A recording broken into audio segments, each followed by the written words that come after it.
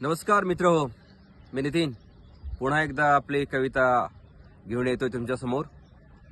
या देशात स्वातंत्र्याचं बियाणं रुजलं नाही। आपण म्हणतो हा देश स्वतंत्र झाला। या देशात स्वातंत्र्याचं बियाणं रुजलं नाही। जिथं तुझ्या उघड्या पाठीवर तूच पिकवलेल्या कापसाच्या लाखो गाठीतून हातभर तरी कपडा घेता येतो का? तूच पिकवलेल्या कापसाच्या लाखो गाठीतून हातभर तरी कपडा घेता येतो का?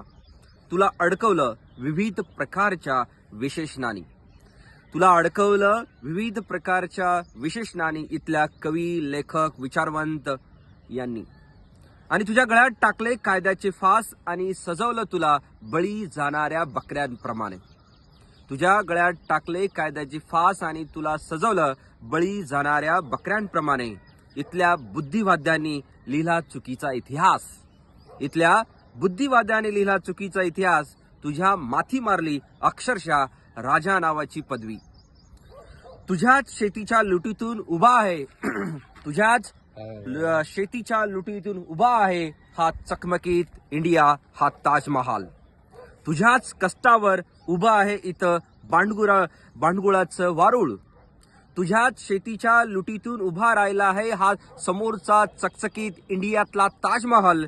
तुझ्याच कष्टावर उभा आहे इथं बांडगुळाचं वारुळ।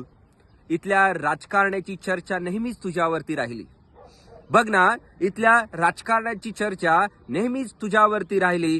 तुझ्याच नावाने गेले कित्येक दिवस ते सत्तेत आहेत। तुझ्याच नावाने गेले कित्येक वर्ष, कित्येक दिवस ते सत्तेत आहेत। तुलाच बांधलं कसायाच्या दावणीला। तुझी चिता विझत नाही तोवर ते येतात, तुझी चिता विझत नाही तोवर ते येतात।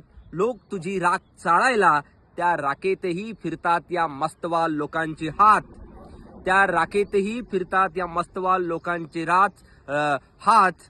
म्हणून सांगतोय मित्रा, या देशात स्वातंत्र्याचं बियाणं रुजलं नाही, शेतकऱ्याचं स्वातंत्र्य या देशात आलेलं नाही। धन्यवाद।